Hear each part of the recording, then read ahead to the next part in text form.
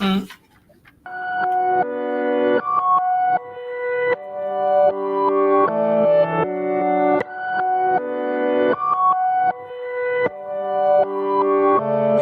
I say, rapping crypto, stacking and make it flip, yo. Supplementing the income, did I mention that it's lit, yo?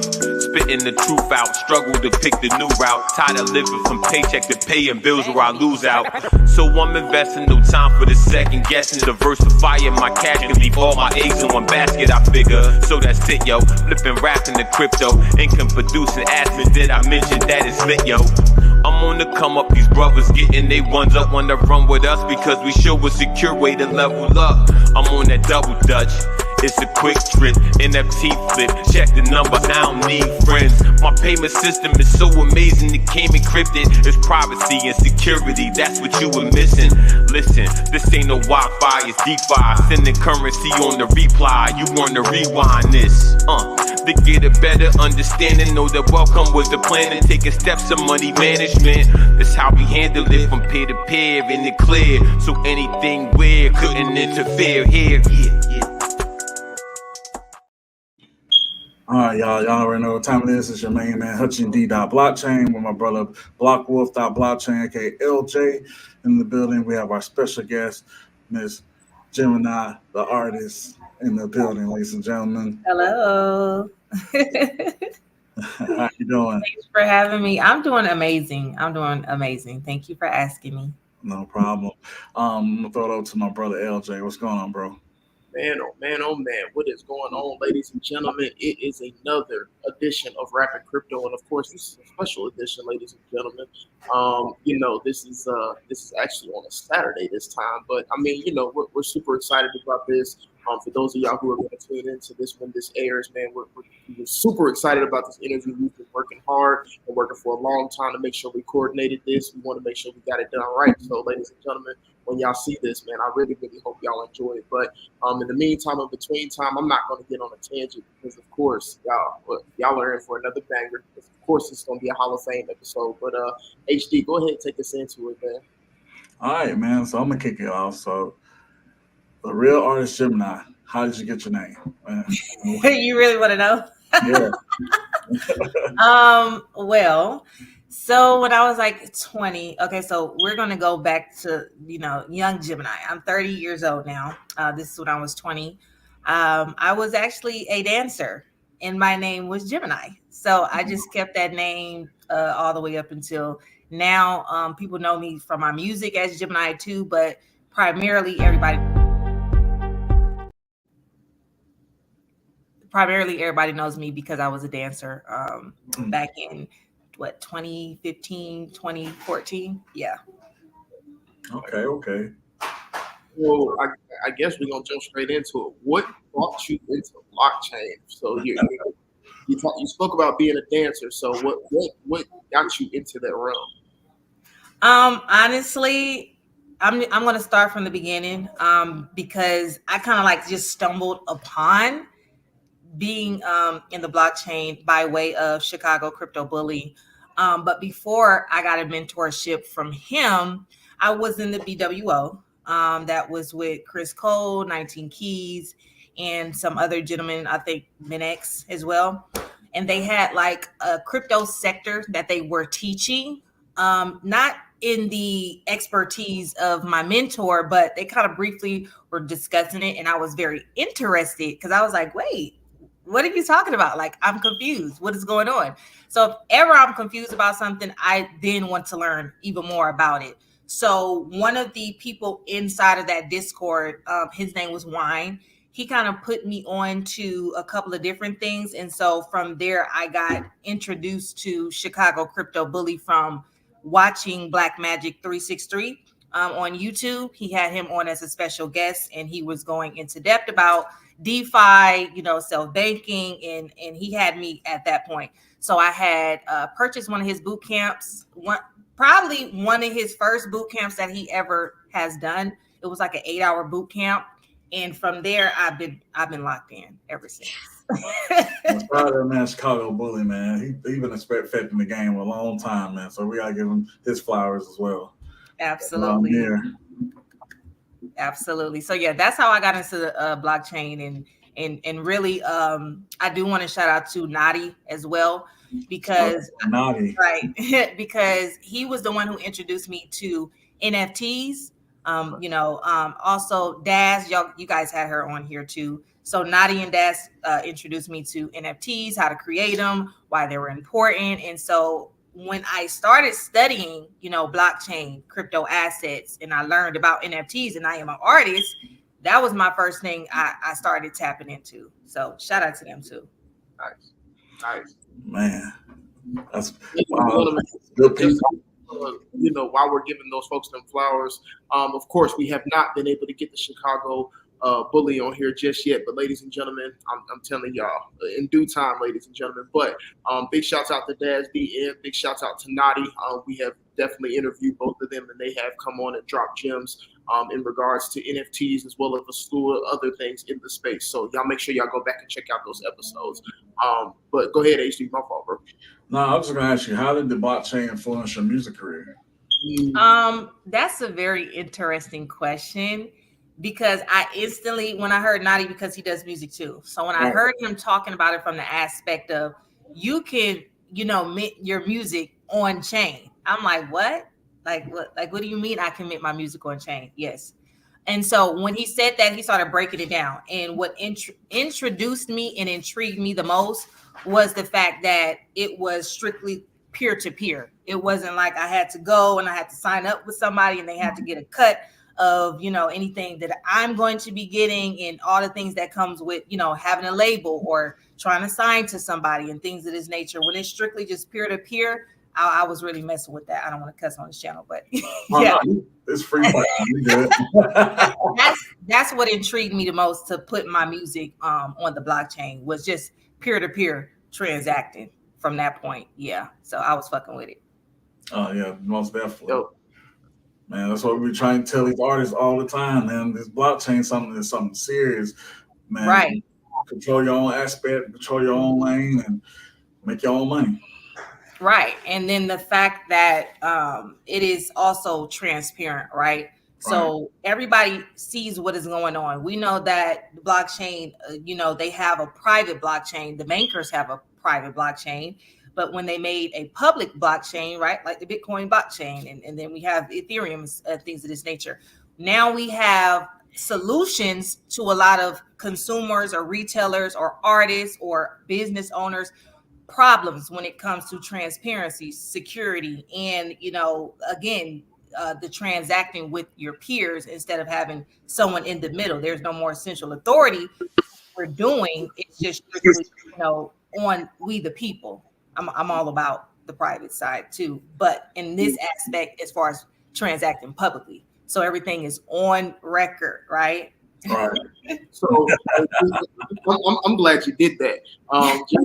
Kind of piggybacking off of what you just said there, if you would, kind of give us an idea of what your outlook is in terms of the different processes of centralization and regulation that are kind of being put in place, in those different things that may not yet be rolled out, but they are soon to be rolled out, and a lot of people may be ill-informed or uninformed about the situation. So when it comes to like the central aspect of, are you asking me about like as far as the blockchain and crypto assets and some of the bills and regulations that's happening right now? Okay. Yes. So I know you guys probably seen the FIT 21 bill, right? That just got passed and things of this nature. I'm not really into like heavily diving into it, but I am paying attention to it because it is important. Only because when we're talking about central authority, right? And we're talking about major institutions coming over here, and we're talking about having regulatory clarifications with the blockchain and with your crypto assets. We have to realize we're very early on in this process.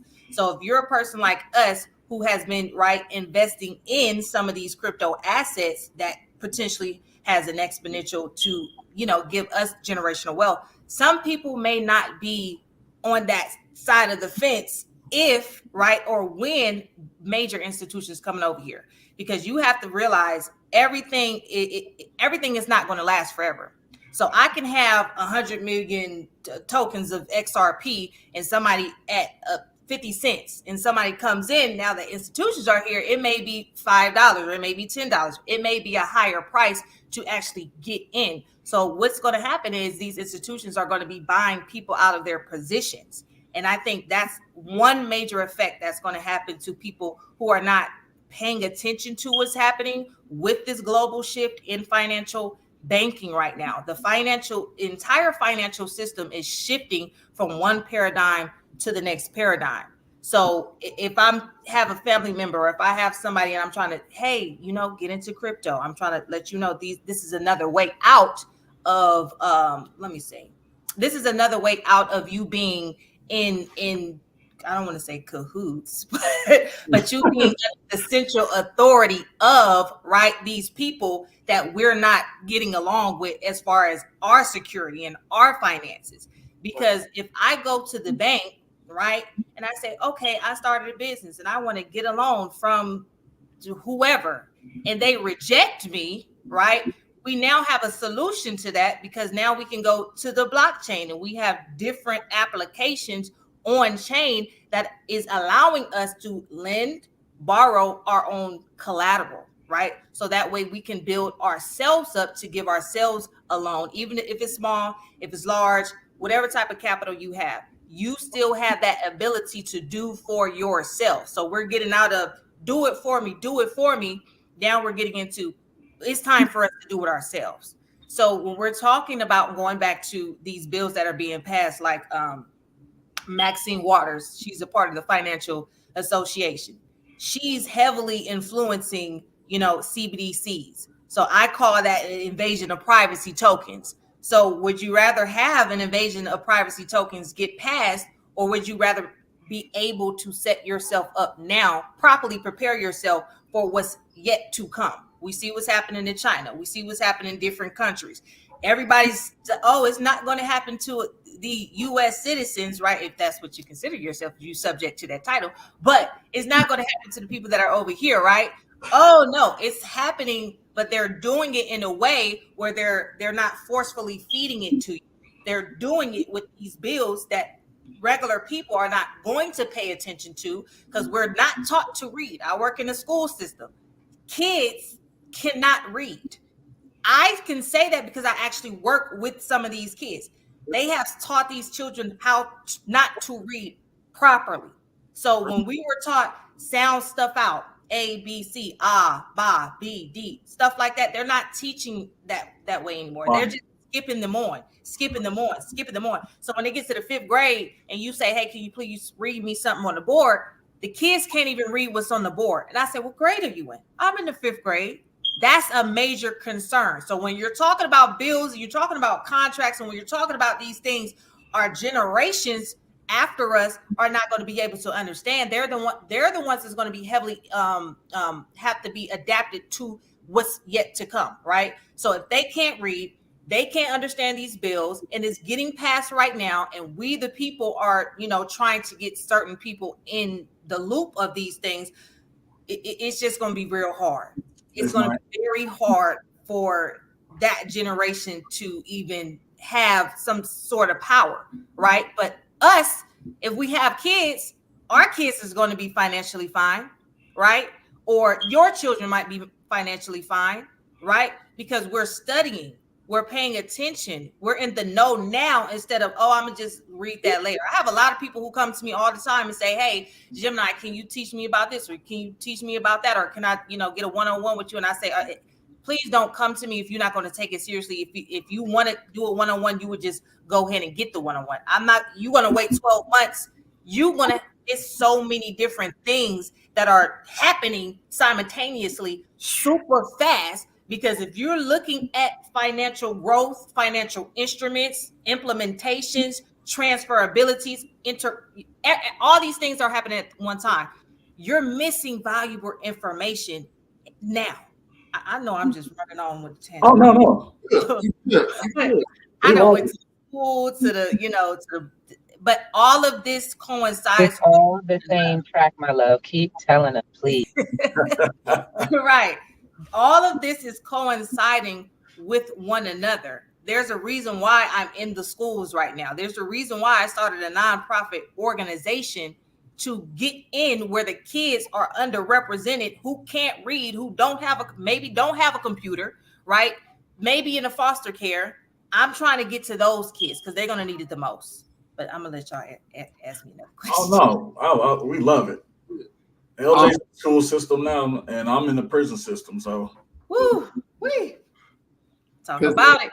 I mean, I guess since we're gonna do segue questions today, since we're addressing the education system, just kind of segueing in a little bit, staying on the focus of blockchain. What pathways do you see that the education can use in terms of being able to integrate maybe blockchain technology or AI, any of these futuristic technologies that we're still in development with today? How can they utilize those as resources to be able to help these students, not just what they need to learn in school, but as well as some of their other interests and keeping them possibly out of the streets as well?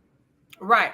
And so I'm going to go back to what I've started with my nonprofit organization, because the system is broken. And so I'm not even sure if I'm not going to say that, but it's going to take a lot of votes, a lot of community members to be behind this. And when I tell you, I'm out here by myself pushing, education on blockchain, education on crypto investment vehicles in this industry, right? Like I said, I'm by myself in this.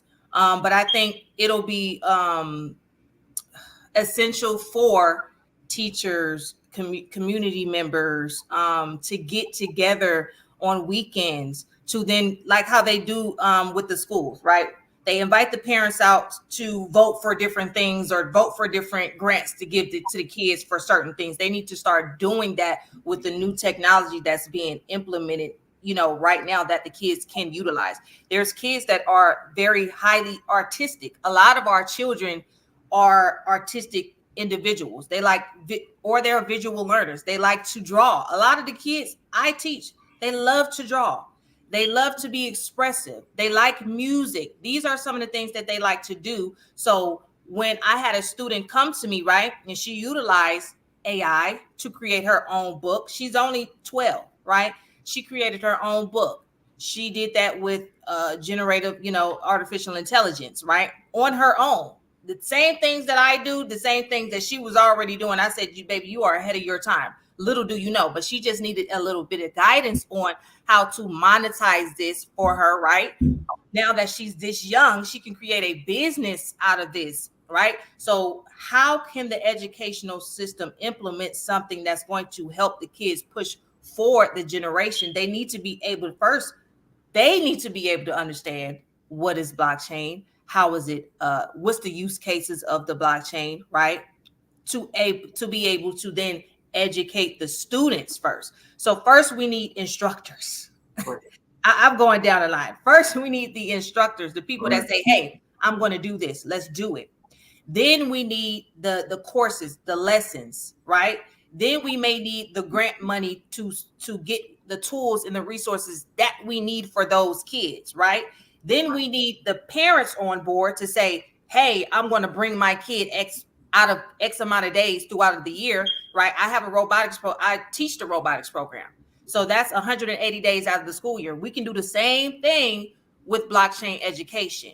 So I think it just takes research. It takes planning. It takes effort. It takes creating a prototype. You using the whole engineering and design process when you're talking about implementing blockchain technology within the education system. I think it's going to have its benefits for our children because they're, like I said, they're going to be the ones that's going to be able to utilize this more than us.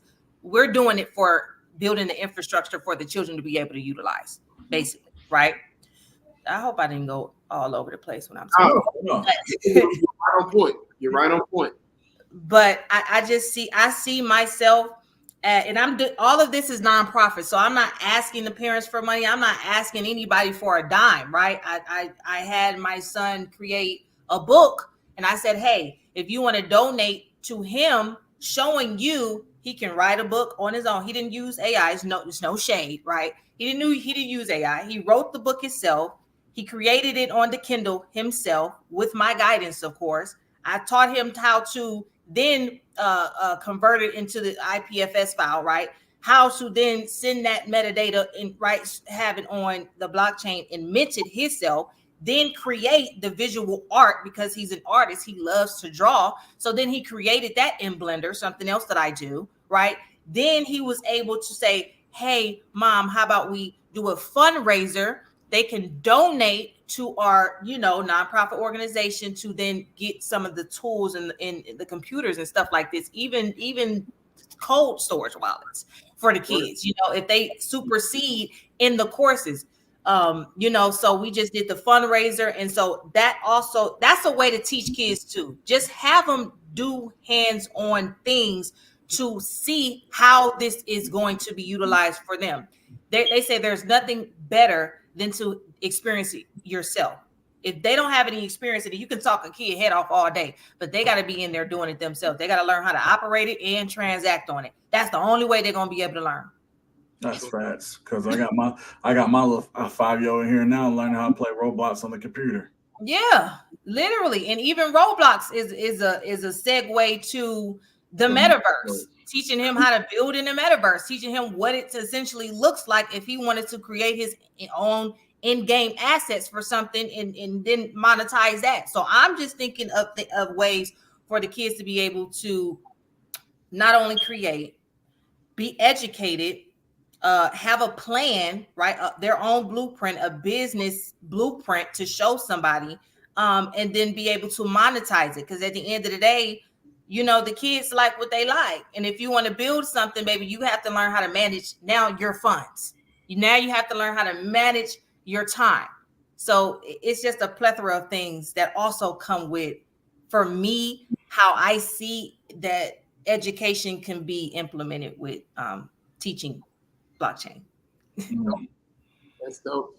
I had a great question, and I could not have said it better myself. Yes. Definitely could have said it better myself. And I do want to go back to, I just want to let you know, you're not alone. It's very few out here doing it, but you're not alone. I know work. Of course. P2G for a while now has been doing crypto kids gaming. I know Brother Dennis Sennett and his children, they have been teaching blockchain gaming and crypto education for a while now.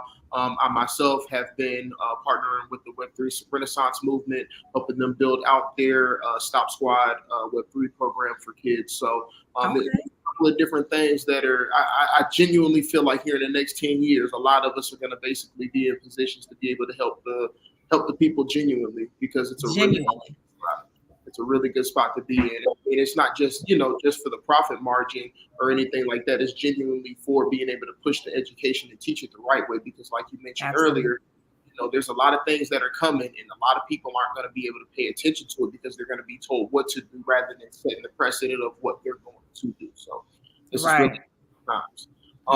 The predictive programming of it all. They have TikTok, they have Instagram, they have YouTube, they have so many different things that they're looking at. Right. And it's hard for some of them to pay attention if they don't have structure inside of the household. You know what I mean? I can say, hey, here's a game, go play the game all day, anytime, right? Because I don't want to take the time to sit down with my kids and do the work with them. A lot of people think, I'm sending my kids to school. That's their job. No, it's the parent's job first. Before you send your child outside of your home, it's your job to educate your kid, not only on mannerism, right? Respect. You have to educate them first, because it's not a teacher's job. That's what they get a salary for. And some of them don't care. They just want the salary, right? So it starts within the home and building that structure inside of your house. 100%. HD, how we gonna tackle this next, man? Man, oh man, we got a lot packed. We're only 24 minutes in, y'all. We got a lot packed in here already. Where you want to take this conversation next, bro? So I'm gonna go back. So, in what ways do you think blockchain can help artists protect their intellectual property rights? IP is important. Intellectual property is always important, and even when we're talking about intellectual properties, right? Ask me that question one more time before I say something else so I can put it together. Ask me a question again. So, how do you feel that blockchain can help artists protect their intellectual property rights? I am an artist myself, right? I'm going to go back to, I'm going to break something down. So we are the first estate, right? When we're born. And so anything that we touch is our intellectual property. So from that way on, I feel like first you need to have a trust set up for yourself if you have intellectual property. That's first and foremost. Your estate is your God body, right? And then you have your maybe your ministry, right? What do you believe in? What is your faith-based organization that's going to hold your assets? And of course, you can create a trust, right? Or a holding company that holds and manages those assets, right? So that's one way to protect your intellectual property. But when we're talking about how can they protect it on the blockchain, correct? Correct. Right. Okay. So I had did a charged particles. I don't know if you guys are familiar with that. So I did create a charged particles for my son because he created something and that was his intellectual property. I feel like this, first of all, it's the security on chain, depending on how you're looking at it. And again, I'm going back to, because everything is transparent and it is public, we have the power to secure our own rights in a way. Artists can then take their music, right? They can put it on, they can mint it on the blockchain, they can create it, they can distribute it to whoever. That ownership, essentially, they're the creator, right? So again, it's going back to estate. You're the creator, right? And you're in your God's self. Then once you transact and sell it to someone else, they now have ownership of that, but they do not have the copyrights to your original creation. So if you wanted to go out and make prints, if you wanted to go out and make whatever you wanted to make out of that original artwork that you minted, now I'm talking about artwork that you minted, that would be yours to do because you were the sole creator. And because the blockchain is public, distributed technology, right? Ledger is seen. You can see who was the creator. Once you see who the creator was, then you can see the transaction to say, hey, that person transferred this file to now this person. So that's secondary ownership. You will never have true ownership of something that you did not create. You're not the creator. So I feel like in the aspect of an artist, that is super, super important because it's immutable. You can't change nothing. So I can't say, oh no, I created that. No, you didn't, because here's the hash right here. Here's the attributes. Here's the unique identification that says this person, this anonymous person, let's talk about anonymity, right? This anonymous person created something and then it was then sent over here to you. So this is user X and this is user Y. So how is user Y the creator if user X was the one who minted that on chain? That's where the security lies as far as your intellectual property. I feel like it's way more secure this way than having it even on a private. I don't even want to say like a private, because they have private blockchains, they have consortium blockchains, and they have hybrid blockchains, right? They have different types of blockchains. When we're talking about that, I feel like a public blockchain is the best for an artist to keep and secure their intellectual property because you can see everything is transparent, it's immutable, it cannot be changed. Okay, so that's from my aspect. But again, I would still take my intellectual property on chain and I still would transfer that and put it into my holding company or my trust. Either way it goes. So that's trademark right there. You can't take something that I still control, because nobody ever owns anything, right? We have control over these things because even on the blockchain, right? We can't physically go in and touch a cryptocurrency. It's on the blockchain. We have ledgers, right? It's still on the blockchain. So really we're controlling these instruments, we're controlling the things that we're doing. So that's how I feel about that. Awesome. Man, I can't answer it even better myself. That's a mouthful. Yeah, because I like to study. I I like to study different things because I feel like everything is interchangeable in a way when we're talking about ourselves, when we talk about the creator, when we talk about the cosmic, the universe, metaphysics, astrology, like all of these things are coinciding with the blockchain, the human anatomy of the body, right? We have atoms, we have cells, we have matter, we have mass. And when you think about how the blockchain is structured, you have to then go back to the human anatomy. That's where everything is coming from. Self. Everything is a reflection of the first technology created, which is ourselves. Man. That's it. That's it right there. That is the gem for the show for sure. That is the gem for the show for sure, y'all. Man, oh man, oh man. I appreciate that, y'all. Oh no, for sure. No, we appreciate you because like it's sometimes you can beat a dead horse on your own, but sometimes always good having a nice refresher to have somebody come back around. They like, wait a minute, that's the same horse y'all was just beat, and they beat. Wait a Absolutely. Yeah. Yep. Did it yet? So we greatly appreciate you. We definitely appreciate y'all too. Explaining this is magnificent. So thank you. Absolutely. Ask me something else. For sure. Oh, no, the questions is coming. The question is coming for sure. HD, what we got, bro? I got you. How do you see the relationship between blockchain, AI, and music evolving in the coming years?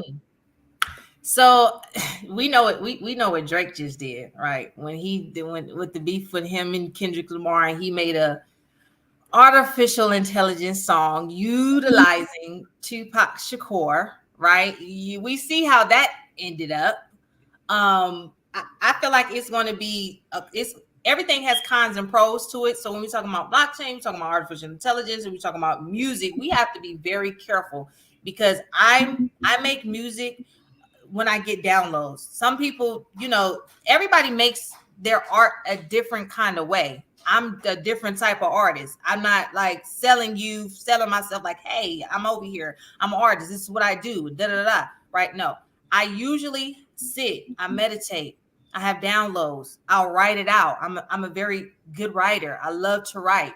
So that's something that I was always good at in school. So I like to write things out. And then, when we're talking about artificial intelligence and your God body being sold or utilized in a way that you're not consenting upon, right? It's going to get a little tricky because you can use it in a good way. So say if it's a commercial and I need a jingle to my commercial. Okay. I'm selling chicken pot pie, whatever I'm selling. And I'm like, you know what? Forget, paying somebody to make my little jingle. Let me go ahead and artificial intelligence, put a little thing, give me a little song. All right, cool. We got our commercial jingle. That's a way you can use it, in my perspective. You can use artificial intelligence that way when it comes to music, right? And then you can, if you wanted to convert that on the blockchain, and it could be your first unique identifier to your company business to say, hey, this is the first song that's sold for the jingle. Blah, blah, blah. Just like the tweet that got sold. That was the first tweet ever. Same thing. But if you take somebody's voice and then put it into a record and it wasn't consensual, then we have a problem. Huge problem. Now what do we do? Because now you got my voice. My voice is on the internet. Anybody can pull that frequency, right? If you know how to manipulate that frequency and put it into now artificial intelligence that knows how to write a whole song and give you something good, how I'm gonna feel about that? So now you attacking again. That's your intellectual property. That's your God body. That's your creation. So I don't know how I feel about that, but I feel like it's going to go in a positive direction and it's going to go in a negative direction, because even when you get into acting and the actors, they're going to be utilizing, their cloned artificial God body. Say if an actor is getting paid and they say, okay, we want to pay you $1 million to do this movie, right? And the actor say, no, I need 200 million. Oh no, we're not going to pay you nothing because we have a part of you that we can utilize in this movie and we don't have to pay them shit. So what you going to do now? You get what I'm saying? So unless your structure is properly set up, again, just going back to trust, right? And your ministry, then how are you going to combat it if you just the average regular Joe that don't have this type of information? Mm. You know what I mean? So it's good and it's bad, just like with robotics. It's good and it's bad. Sure. It's good and it's bad. It's interesting that you brought that up in terms of people like making sure they're secured and having that, because I know I've brought this up on the show before, but like there's a whole Netflix show about what they're literally doing with AI on deepfakes, y'all. Like y'all have to really understand this technology is very, very dangerous. It's great for those who are utilizing it for the right resources and the right purposes, but in terms of you being concerned about, oh well, I'm scared they're going to use my face for something that anything, advertise, whatever the case may be. Well, you know, folks, we're putting our faces on Facebook, we're putting our faces in places, and that's why a lot of people are seeing people starting to use AI generated pictures as their profile picture rather than, oh, well, I'm going to use my actual face, and that's just simply because they don't want their I would say their intellectual property, but I mean, at the end of the day, it's just, it's you, it's your essence. You. Right. They don't want to have themselves used anymore. So with those deep fake technologies, I'm glad you brought that up. Because ladies and gentlemen, we got to be careful about the stuff that we're using because they're going to take advantage of it. Even your children. They so young, they on TikTok now, just doing whatever on TikTok, not knowing somebody is watching that page. It could be anybody in the global world watching those children, taking those children's pictures and doing whatever they want to do with it. You know what I'm saying? They have the what do they call them, like NPCs or whatever? Mm-hmm. Those type of, you can do so many different things. I think they said a principal, they recorded a principal's conversation. It was said that the principal said, I don't like these black kids. And that's something along those lines. What ended up happening was dude actually converted his voice into artificial intelligence, right? And had him saying that thing. And that man got fired from his job behind that. So these are some of the things that could be detrimental to not only us, the kids, but the entire world. Because we're talking about, again, a global shift happening. So we're going into humanoidism, and stuff of this nature. So they can put your intellectual property inside of a robot and do whatever they want. We're talking artificial intelligence. We're talking about robotics, and then you having your soul stolen out of your vessel into another vessel that's not human. Right. You get what I mean? Right. 100%. So you gotta be careful. It's gonna be till folks is getting framed for crimes they didn't commit. Yeah, exactly. Yeah. You know what I mean? Yeah. They can put your face anywhere and say you did that. No, well, you're clearly right here, and it's just like, yeah, you weren't exactly. Exactly. You don't know what you're looking for and what they're talking about and how to be able to have an eye for that stuff. You're not gonna catch on to it. So. Exactly. So I don't want to ask y'all any questions because y'all are the interviewers. Oh no, that's the thing. That's a part of the show. I mean, you might be jumping to it a little early, but I mean, I'm sorry. You're good. That's part of the show. Feel free to ask us anything that you like. JoJo, bring me my computer charger for me, please, because it's going dead. Yeah, and I'm gonna make sure it don't go dead while I'm sitting right here. So when we are talking about like our God bodies, right, and our intellectual properties, and you guys asked me how do I feel about it being protected onto the blockchain, you know, I think there's some things that can be done as far as utilizing the blockchain to even secure your identification. You get what I'm saying? You can put your fingerprints on there if you so choose to. Yeah, put it in now for me. Thank you, baby. Let me see that. You can put your fingerprints on there. You can put birth records on there. You can put different documentations on there, but you can also mint your actual self. Right? Utilizing the same technology that can be used against you. You can do the same thing. That's just another way. But how do you guys feel about that? I mean, so you hit the nail on the head. It's more of a situation where we tackled this earlier.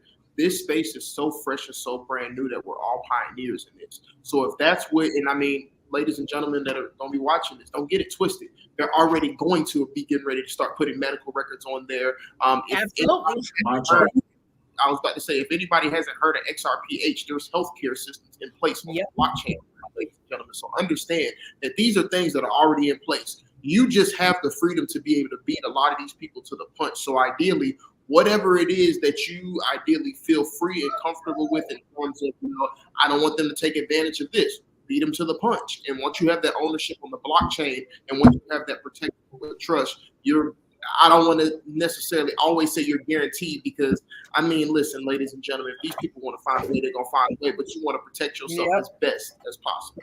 And that's the most important thing. So, I think I support anybody who wants to take advantage of any part of this blockchain process, as long as they're using it appropriately, and they're not trying to, be malicious or foul or have any malintent or anything. But outside of that, I'm all for it. I'm all for it. You think you want to put your birth certificates and get your grandparents' birth certificates and have your whole lineage on the blockchain, put it underneath the family, have at it. Because when they start coming into question of who has ownership of these things, and there's already a minted copy of this birth certificate on the blockchain, and then they go to put another minted copy, it's going to be like, actually, this one was minted first. So who has the actual minted? Exactly. Who actually has the documentation in the record? So timestamp.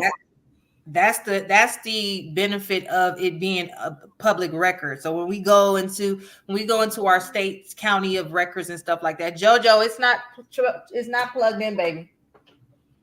I'm sorry, y'all.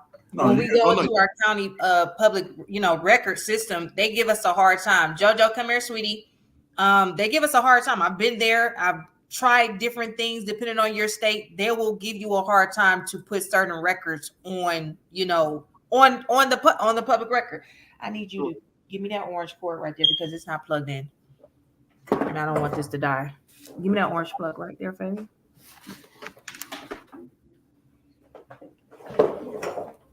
Actually, I'm going to say public record.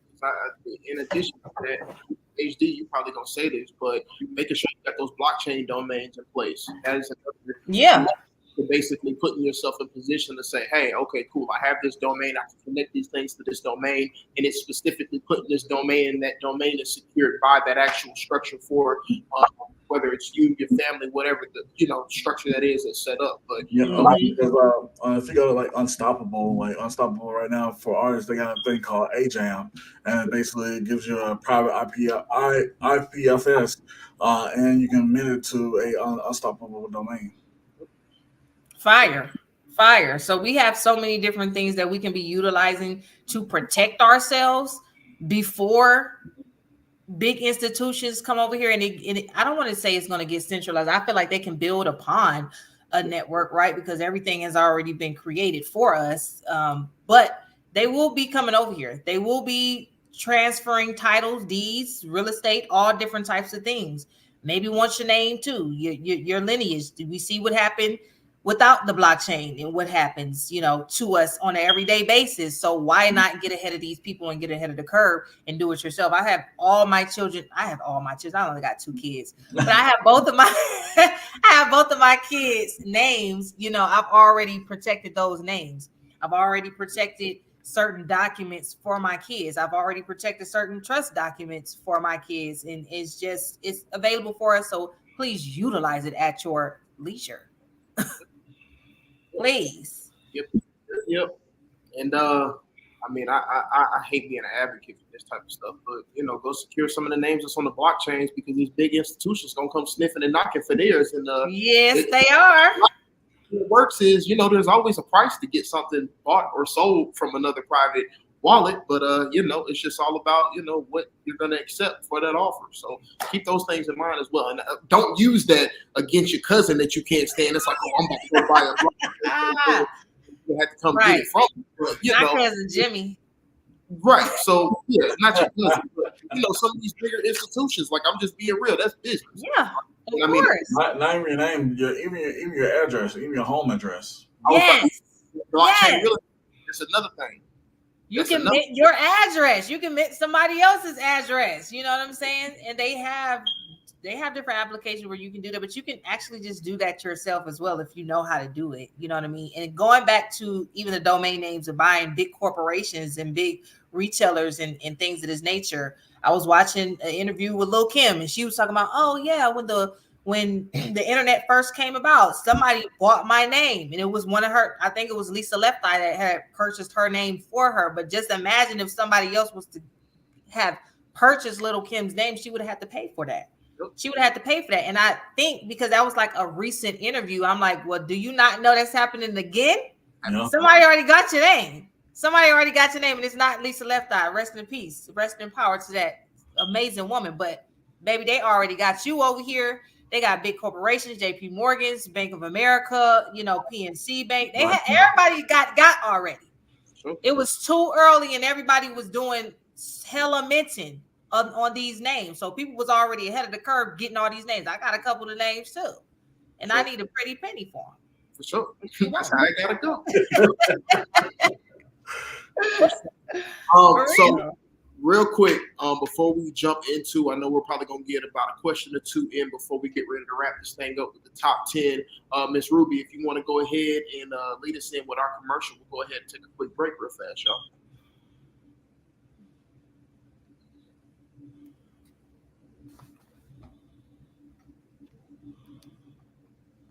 Baby, dude.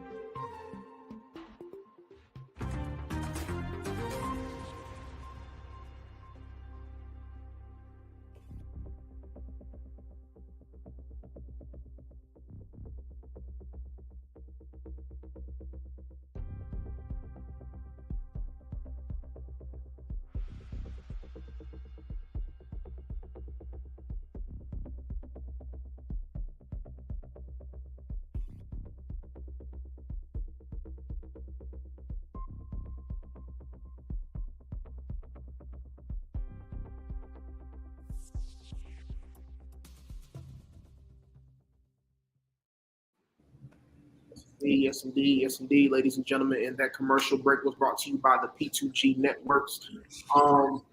HD, I know you got one final question, and I'm pretty sure I know exactly which one it is. So I'll throw this one out just real quick, if you don't mind answering.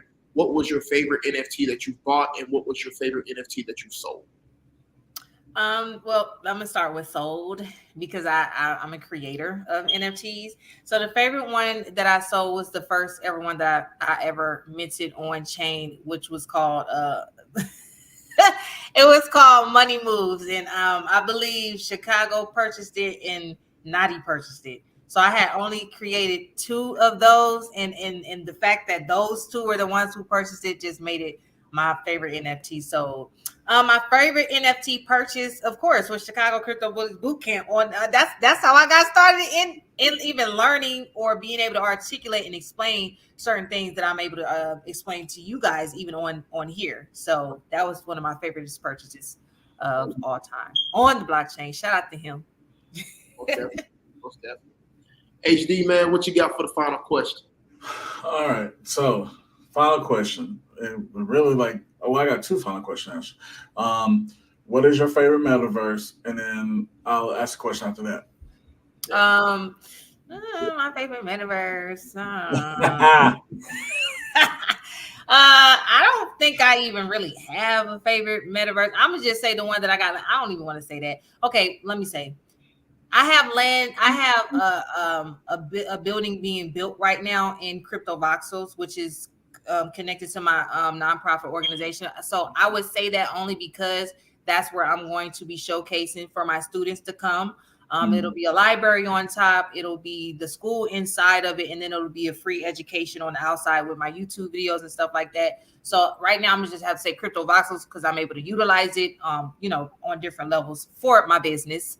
What was the second question? All right. Well, you kind of answered the first one, but do you have a question for us? That's usually our last question of the evening. How did you guys get started doing rap and crypto? Yeah, I want to know. So you want me to kick off? Go ahead.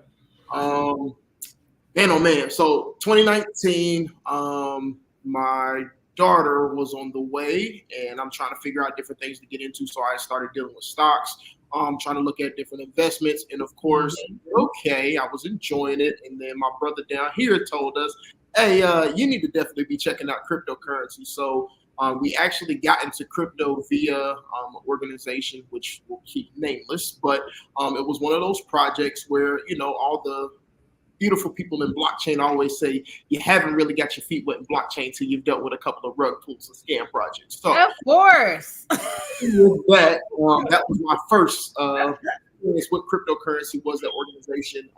And of course, just being able to grasp education and knowledge off of that, we expanded into getting into all the different cryptocurrencies and truly understanding what blockchain technology had to offer.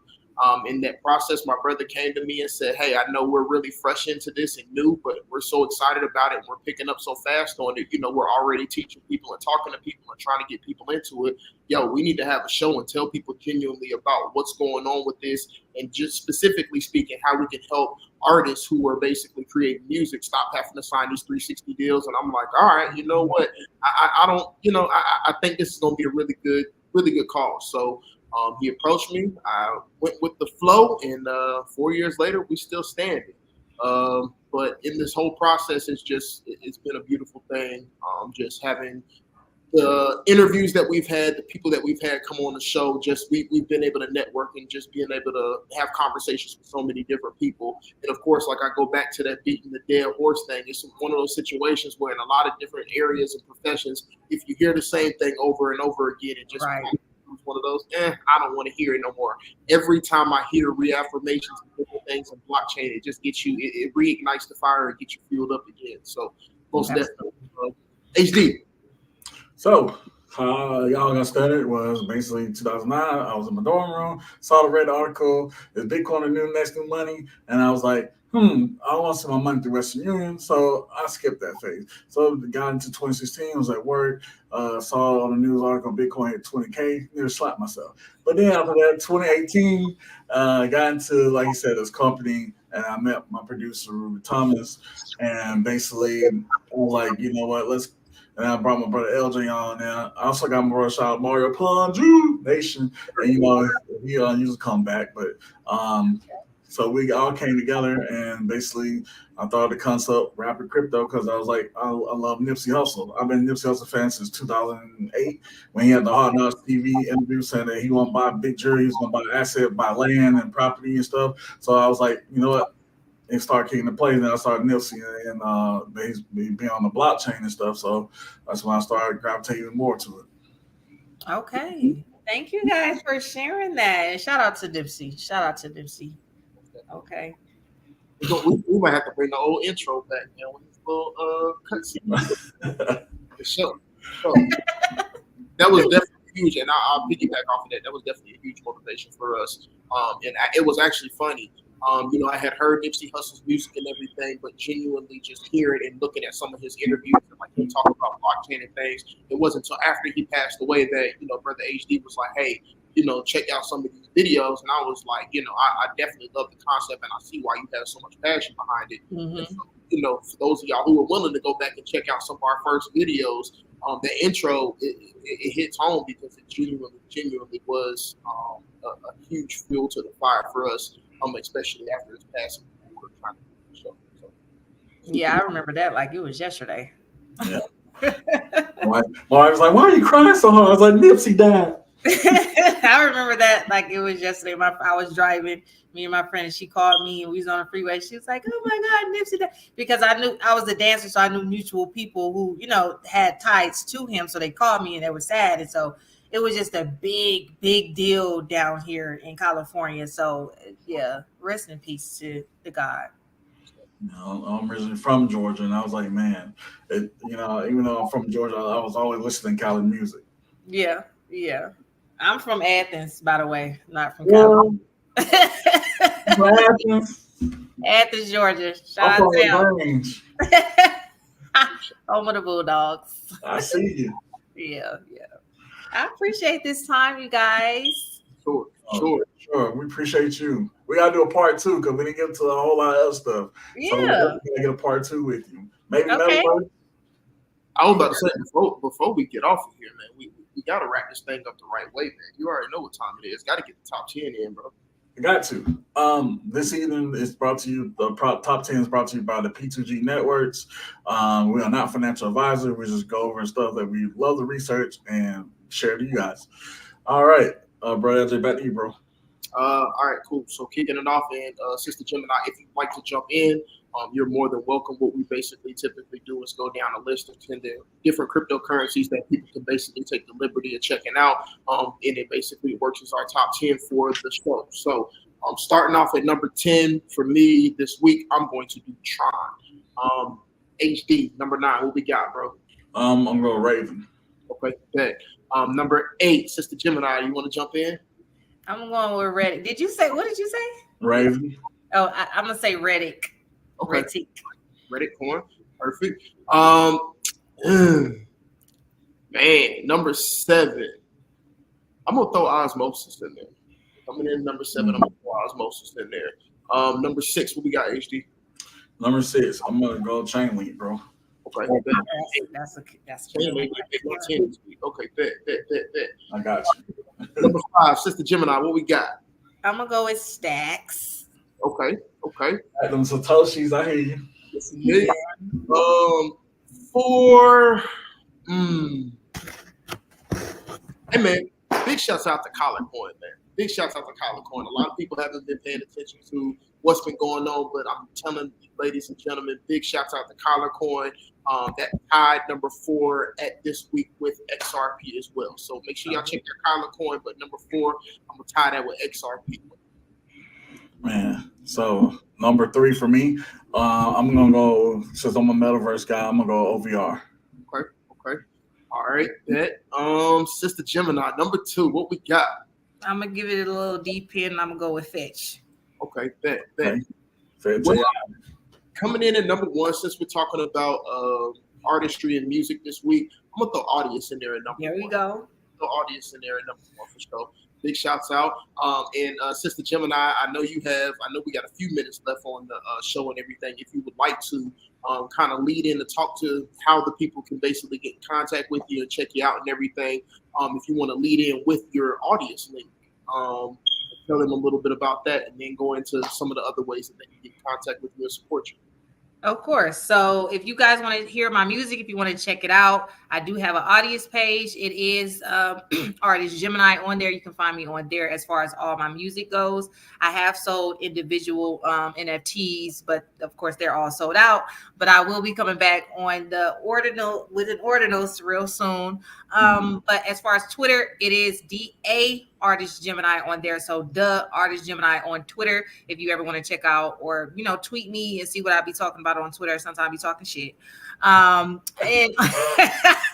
and on Instagram, you can catch me at The Real Artist Gemini. It's kind of my personalized page. I share some information on my stories and on my page. So again, The Real Artist Gemini, THE Real Artist Gemini. That's how you can contact me on there. Yeah, and I have a link to all of my NFTs, the books that I'm selling. I do have a book called the Crypto Blueprint Strategy Investment. So please check that out. It's on Amazon and it is located on OmniFlix. Okay, so shout out to me. Oh yeah, so well, HD, what else we got for the people, man? Man, just stay tuned, man. Let's keep getting growing, man. On Rapping Crypto every week at Wednesday at 9 p.m. Like I said, I'm your main man, HUTCH my brother BlackWolf.blockchain, and our lovely special guest, the Real Artist Gemini. She'll be back on for a part 2. We'll pay attention. Y'all tune in. That's all we got. Peace.